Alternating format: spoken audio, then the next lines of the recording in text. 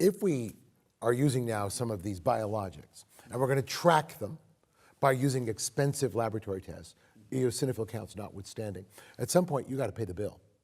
Is this going to break the bank? Should everybody be tracking them? Is it already sloping up? I don't think it's going to break the bank. We would love to have better ways of identifying the appropriate product for the appropriate patient. So we're always asking for ways to a biomarker or genetic test, whether here across all therapeutic areas. We would prefer to have a test that would positively, or at least preferentially, identify patients who would respond to certain products. But you figure it out pretty quickly. You look at their claims data 6 months before they get on drug, and the claims data costs to your system go down. I mean, what do you mean the claims?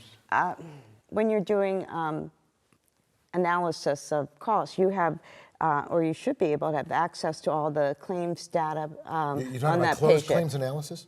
Yes, and you can look at all the costs that were involved in that patient's care before and then after treatment, and you will see if it's effective. I think those costs are very, very difficult to get in a managed care system. We did it in the Florida Medicaid population, showed huge cost They savings. did. There's 2 studies in Medicaid. But that's because you capture all the claims, the comorbid. I wouldn't say the costs go dramatically down. No. I think costs still continue to go up, maybe at a slower pace. Per se, but costs are not going like this with the availability of the biologics. But presently our tests for phenotyping are very inexpensive. I mean, the tests we're talking about are all quite inexpensive. The medicines are much more expensive, so I think... And that's the whole point. Yes. I'd rather pay for the test to Right, offset exactly. whether somebody's going to respond to a more expensive medication. And one of the things I always wonder is maybe if we could meld these analyses, we could determine better phenotypic discrimination. So it could be 2/3 eosinophil count and 1/3 ENO or something like that. But we need to figure out better fits. And unfortunately, we are right now stuck because the way the trials were designed were based on certain eosinophil counts, with the exception of the IL-4. So unfortunately, that's what we go by. I sit on a National Pharmacy and Therapeutics Committee on the kind of other side of sales. So we do all the, whether it's an essential medication and whatnot. And if it's related to respiratory, I'm one of the people consultant. And they're always designing these inclusion criteria that strictly go off the clinical trials. And I said, that's crazy. Because when they design a trial, they want to get the sickest patients, so they have the most dramatic effect. But in real life, there's a larger population. To get, with the 150 or 300 eosinophils, it just...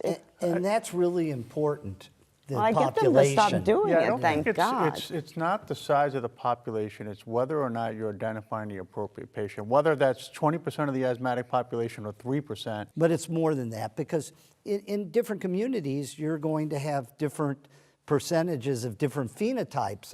In the community I work in now, inner city, 28, 29% of my patients that have asthma are smokers, active smokers. Well, we know inhaled steroids, oral steroids don't work as well in smokers.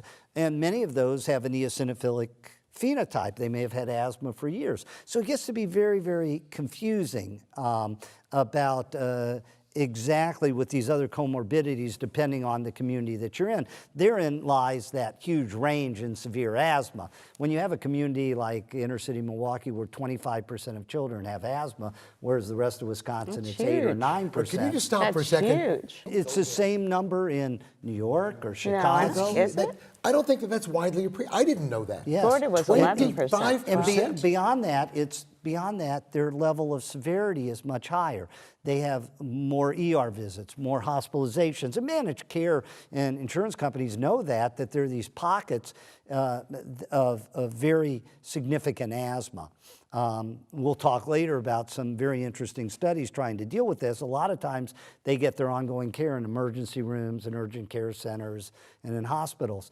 So again, it's very different in different communities. The percentages of severe uncontrolled asthma as opposed to mild or uncontrolled asthma is different in different communities.